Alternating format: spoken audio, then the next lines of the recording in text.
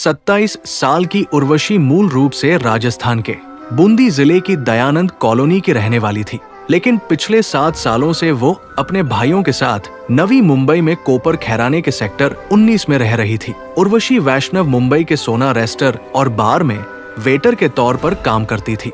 उसकी सैलरी भी ठीक ठाक थी। उसके पास खुद की एक बलेनो कार भी थी।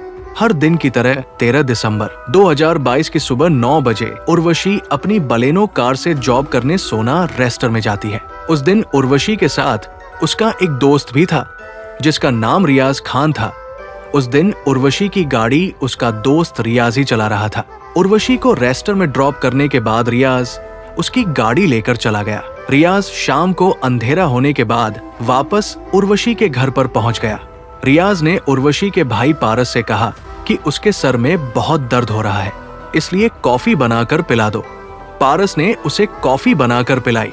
कॉफी पीने के बाद रियाज वहां से चला गया, लेकिन पारस अपनी बहन उर्वशी के कॉल आने का इंतजार कर रहा था।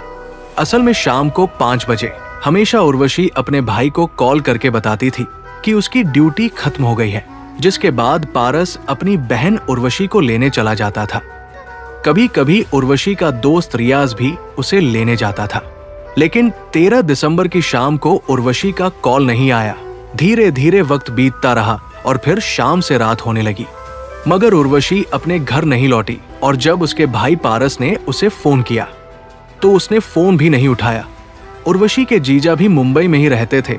उसके भाई पारस ने तुरंत अपने जीजा को कॉल किया और बताया कि बहन उर्वशी अभी तक घर नहीं लौटी है। इस बात का पता चलते ही उसके जीजा भी पारस के पास पहुंच गए। इसके बाद पारस ने उर्वशी के दोस्त रियाज को भी कॉल किया। उर्वशी के लापता होने की खबर सुनकर रियाज भी घबरा गया। इसके बाद वो लोग उर्वशी को तलाश करना शुरू कर देते हैं। इधर 14 दिसंबर को महाराष्ट्र के रायगढ़ जिले में पनवेल तालुका इलाके के कुछ लोग गाढ़ी नदी के पुल से गुजर रहे थे, लेकिन तभी अचानक वो लोग देखते हैं कि पुल के नीचे पिलर के पास एक लाश तैर रही है। उन लोगों ने बिना देरी किए तुरंत पनवेल पुलिस को सूचना दी। कुछ ही देर में पनवेल पुलिस घटना स्थल पर पहुंच जाती है और जब उस लाश को पानी से बाहर निकाला जाता है तो पता चलता है कि ये किसी लड़की की लाश है जिसकी उम्र करीब 25 से 30 साल के आसपास थी।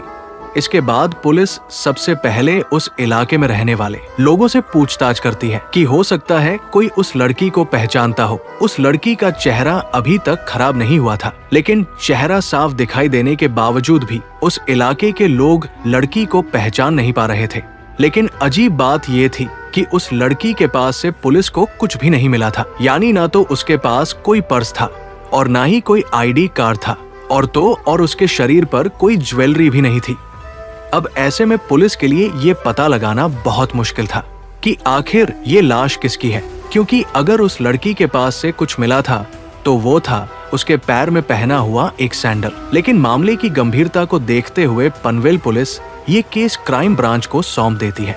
इसके बाद क्राइम ब्रांच पुलिस सबसे पहले आसपास के सभी पुलिस चौकी और थानों में कॉल करती है और कहती है कि पिछले 24 घंटों में अगर किसी थाने या चौकी में कोई मिसिंग रिपोर्ट दर्ज हुई हो या फिर आने वाले 24 घंटे में अगर कोई भी मिसिंग रिपोर्ट दर्ज कराई जाती है तो उसकी सूचना क्राइम ब्रांच को दी जाए, क्योंकि जांच के दौरान पुलिस को घटना स्थल से अगर कोई एविडेंस मिला था तो वो था उस लड़की के पैर में पहना हुआ एक सैंडल। अब ऐसे में क्राइम ब्रांच पुलिस भी उसी सैंडल के आधार पर इन्वेस्टिगेशन शुरू करती है। वो सैंडल ज्यादा पुराना नहीं था, जिससे पता चलता था कि उस सैंडल को कुछ दिन पहले ही खरीदा गया होगा। पुलिस के लिए अच्छी बात ये थी कि उस सैंडल पर मैन्युफैक्चरिंग कंपनी का नाम भी लिखा हुआ था। क्राइम ब्रांच पुलिस ने जब उस कंपनी के बारे में जांच की तो पता चला कि वो सैंडल एक लोकल फुटवेयर कंपनी में मैन्युफैक्चर किया गया था। लेकिन अब सवाल ये था कि ऐसे सैंडल को बेचने वाली तो शहर में हजारों दुकानें होंगी और ना जाने कितने लोग डेली इस तरह के सैंडल्स खरीदते होंगे। क्राइम ब्रांच पुलिस इन सब बातों को देखते हुए उस सैंडल की मैन्युफैक्चरिंग करने वाली कंपनी को कांटेक्ट करती है और वहां से डिटेल निकलवाई कि 13 दिसंबर के आसपास के दिनों में उस तरह के सैंडल्स कितनी दुकानों से ऑर्डर किए गए थे। बहुत छानबीन करने के बाद क्राइम ब्रांच पुलिस को पता चलता है कि उन दिनों कंपनी द्वारा केवल 3 दुकानों पर ही उस तरह के सैंडल डिलीवर किए गए थे, जिनमें से एक शॉप मुंबई में थी, एक पनवेल में और एक शॉप वसई में थी। इसके बाद क्राइम ब्रांच पुलिस की टीम उन तीनों शॉप पर पहुंचती है और वहां पर उस लड़की की फोटो दिखाकर पूछती है कि क्या ये लड़की कुछ दिन पहले इस तरह के सैंडल खरीदने आई थी। क्राइम ब्रांच पुलिस को मुंबई और वसई की दोनों दुकानों से तो कुछ खास जानकारी नहीं मिलती, लेकिन पनवेल में जो शॉप थी उस शॉप पर काम करने वाला एक लड़का उस लड़की की फोटो और उस सैंडल को पहचान लेता है। वो लड़का पुलिस को बताता है कि कुछ दिन पहले उसने ऐसे कई सैंडल सेल किए हैं। इस बात का पता चलते ही पुलिस ने उस दुकान में लगे सीसीटीवी कैमरे की रिकॉर्डिंग चेक करने का फैसला किया। आखिरकार कई घंटों की मशक्कत के बाद एक सीसीटीवी फुटेज में पुलिस को वही लड़की सैंडल खरीदते हुए दिखाई देती है। वो सीसीटीवी फुटेज 6 दिसंबर 2022 की थी, जिसमें वो लड़की एक लड़के के साथ इस तरह के सैंडल खरीदने के लिए शॉप पर आई थी। इसके बाद पुलिस 6 दिसंबर की बिल बुक चेक करती है, जिससे पता चलता है कि उस लड़की का नाम उर्वशी वैष्णव है, जो नवी मुंबई में रहती है। क्राइम ब्रांच पुलिस को मरने वाली लड़की का नाम तो पता चल गया था, लेकिन अब सवाल ये था कि आखिर उर्वशी के साथ 14 दिसंबर को क्या हुआ था और सीसीटीवी फुटेज में उसके साथ दिखने वाला वो लड़का कौन था। लेकिन जब पुलिस उस सीसीटीवी फुटेज को थोड़ा ध्यान से देखती है तो पता चलता है कि उर्वशी के साथ उस दिन जो लड़का दुकान पर आया था वो लड़का कोई बॉडी बिल्डर था। इसके बाद पुलिस उस इलाके के सभी जिम्स की लिस्ट तैयार करती है, साथ ही सीसीटीवी फुटेज से उस लड़के की फोटो भी निकलवा लेती है और फिर पुलिस सभी जिम्स में पूछताछ करने के लिए जाती है। उनकी सीसीटीवी फुटेज भी चेक की जाती है, क्योंकि हो सकता है वो लड़का किसी जिम के सीसीटीवी कैमरा में वर्कआउट करते हुए नजर आ जाए। लेकिन इतनी भागदौड़ करने के बाद भी क्राइम ब्रांच पुलिस को उस लड़के के बारे में कुछ पता नहीं चलता और फिर 3 दिन बाद यानी 17 दिसंबर 2022 की रात को नरुल थाने में एक मिसिंग रिपोर्ट दर्ज कराई जाती है। ये रिपोर्ट पारस वैष्णव नाम के लड़के ने दर्ज कराई थी और ये मिसिंग रिपोर्ट किसी और की नहीं बल्कि उर्वशी वैष्णव की ही थी। इसके बाद पुलिस बिना देरी किए पारस वैष्णव से कांटेक्ट करती है और उसे तुरंत पुलिस स्टेशन बुलाया जाता है। जैसे ही पारस नेरुल पुलिस स्टेशन पहुंचता है तो उसे वो लाश दिखाई जाती है। पारस वैष्णव उस लाश को देखकर जोर जोर से रोने लगता है। वो दीदी दीदी चिल्ला रहा था और इससे साफ हो गया था कि वो शव उर्वशी का ही है। खबर मिलते ही उर्वशी का चचेरा भाई जितेंद्र और जीजा भी पुलिस स्टेशन पहुंच गए थे। लेकिन अब सवाल था कि जो लड़का सीसीटीवी फुटेज में उर्वशी के साथ दिखाई दे रहा था वो कौन था। उसके बारे में पता लगाने के लिए पुलिस ने उर्वशी के भाइयों और उसके जीजा को वो सीसीटीवी फुटेज दिखाई तो उन्होंने उस लड़के को तुरंत पहचान लिया। असल में वो लड़का कोई और नहीं बल्कि उर्वशी का दोस्त रियाज खान था। पारस ने पुलिस को बताया कि 13 दिसंबर को जब उर्वशी घर पर नहीं पहुंची तो पारस ने उसके दोस्त रियाज से भी फोन करके पूछा था और रियाज ने उससे कहा था कि उसे नहीं पता उर्वशी कहाँ है। इसके बाद पारस ने 14 दिसंबर की रात को अपनी बहन उर्वशी की मिसिंग रिपोर्ट दर्ज कराई थी। लेकिन जब पुलिस उन तीनों से पूछती है कि क्या उनकी किसी से कोई दुश्मनी थी या फिर उन्हें किसी पर शक है, तो पारस कहता है कि उन्हें रियाज खान पर ही शक है, क्योंकि जिस दिन उर्वशी वैष्णव गायब हुई उस दिन वह रियाज खान के साथ ही गई थी। इसके बाद पुलिस रियाज खान को तलाश करना शुरू करती है। खोजबीन करने पर पता चलता है कि रियाज पास के ही एक जिम में ट्रेनर है। पुलिस बिना देरी किए उस जिम में जाती है। रियाज की पत्नी ने बताया कि रियाज तो कई दिनों से गायब है और जब रियाज की पत्नी ने उसे फोन किया तो उसका फोन भी स्विच ऑफ आ रहा था। इन सब चीजों से पुलिस का शक रियाज खान पर और भी पुख्ता हो गया था, क्योंकि अगर रियाज ने कुछ नहीं किया था तो फिर वह कई दिनों से अपने घर से गायब क्यों था। रियाज को अरेस्ट करने के लिए क्राइम ब्रांच पुलिस ने उसके जिम के आसपास जाल बिछाया और जैसे ही रियाज खान वर्कआउट करके चुपके से जिम के बाहर निकला तो पुलिस ने उसे अरेस्ट कर लिया। उसके बाद पूछताछ करने के दौरान पता चला कि 13 दिसंबर 2022 को रियाज पहले उर्वशी को उसकी ही बलेनो कार से उसे सोना रेस्टर बार में जॉब के लिए छोड़ने गया। इसके बाद वो दिन भर अपने दोस्त इमरान के साथ घूमता रहा। इसी दौरान उन दोनों ने उर्वशी वैष्णव का कत्ल करने का प्लान बनाया और फिर शाम के समय रियाज उर्वशी को पिक करने के लिए सोना रेस्टर में जाता है, जहाँ पर उर्वशी काम करती थी। उस समय गाड़ी रियाज चला रहा था। वहाँ से वो लोग उर्वशी को पिक करते हैं।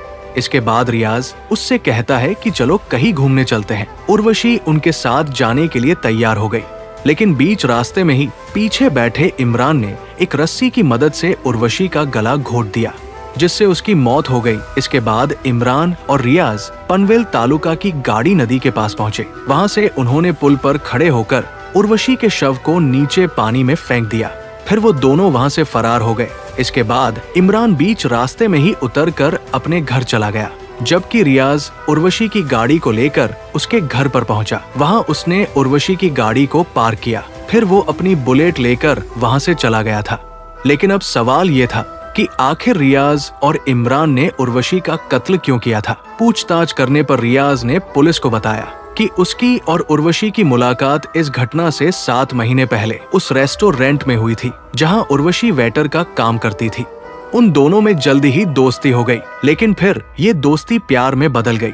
उर्वशी रियाज खान से बहुत ज्यादा प्यार करने लगी थी। उन दोनों के बीच शारीरिक संबंध भी बनने लगे थे। असल में रियाज ने उर्वशी के साथ शादी करने का वादा कर लिया था। रियाज ने पुलिस को बताया कि इस बात का पता चलते ही उर्वशी उस पर दबाव बनाने लगी। वो उसे ब्लैकमेल करने लगी थी। रियाज ने बताया कि इस धमकी की वजह से ही उसने उर्वशी से शादी करने का वादा भी किया था। उसने उर्वशी से शादी करने का वादा तो कर लिया था, लेकिन अब रियाज बहुत ज्यादा परेशान रहने लगा था। इसी दौरान उर्वशी ने रियाज की मुलाकात अपने भाई पारस और चचेरे भाई जितेंद्र से भी कराई।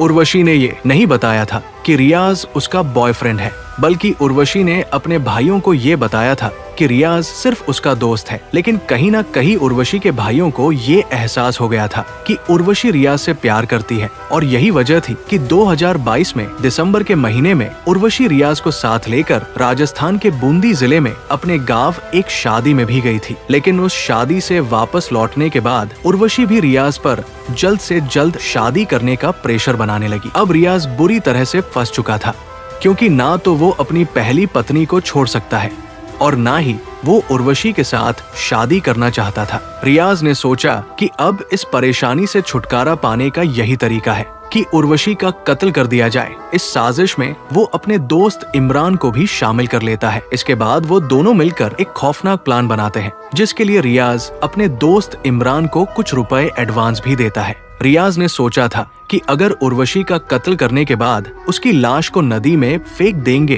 तो वो पानी में बहकर कहीं दूर चली जाएगी और उसकी शिनाख्त नहीं हो पाएगी। लेकिन जैसा उन्होंने सोचा था वैसा नहीं हुआ, क्योंकि उर्वशी का शव उस नदी के पिलर में फंस गया था, जिसकी वजह से कुछ लोगों ने उसके शव को देख लिया था और फिर क्राइम ब्रांच पुलिस ने इस पूरे मामले का खुलासा कर दिया था। इसके बाद पुलिस ने उन दोनों के दिए गए बयान और सबूतों के आधार पर चार्जशीट तैयार करके उन्हें कोर्ट में पेश किया गया, जहां से उन्हें जेल भेज दिया गया। लेकिन साल 2023 में सितंबर के महीने में रियाज और इमरान को बेल मिल गई। मगर अब सवाल यह है कि इतना बड़ा क्राइम करने के बाद भी उन दोनों को बेल कैसे मिल गई थी।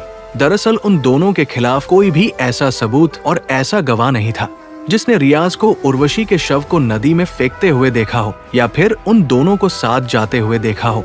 और यही वजह थी कि लैक ऑफ एविडेंस यानी सबूतों की कमी के कारण रियाज और इमरान को बेल मिल गई थी। हालांकि ये मामला अभी भी कोर्ट में चल रहा है और हो सकता है आगे चलकर उन्हें सजा भी सुनाई जाए। लेकिन इस घटना से ये सीख जरूर मिलती है कि किसी के साथ रिलेशनशिप में आने से पहले थोड़ा वक्त ले, थोड़ा ठहरे, क्योंकि आप जिस व्यक्ति के साथ रिलेशन में जा रहे हो आपको उसके बैकग्राउंड और उसके नेचर के बारे में अच्छे से पता चल सके, ताकि भविष्य में फिर कभी कोई ऐसी घटना ना हो। दोस्तों, इस घटना को सुनाने का उद्देश्य किसी का दिल दुखाना नहीं है, किसी को परेशान करना नहीं है, बल्कि आपको जागरूक करना है, आपको सचेत करना है। दोस्तों, इस पूरी घटना के बारे में आपकी क्या राय है? कमेंट बॉक्स में जरूर बताएं। अगर आपने अब तक चैनल को सब्सक्राइब नहीं किया है तो हमारे चैनल को सब्सक्राइब करके बेल आइकन ऑन कर लीजिए। धन्यवाद।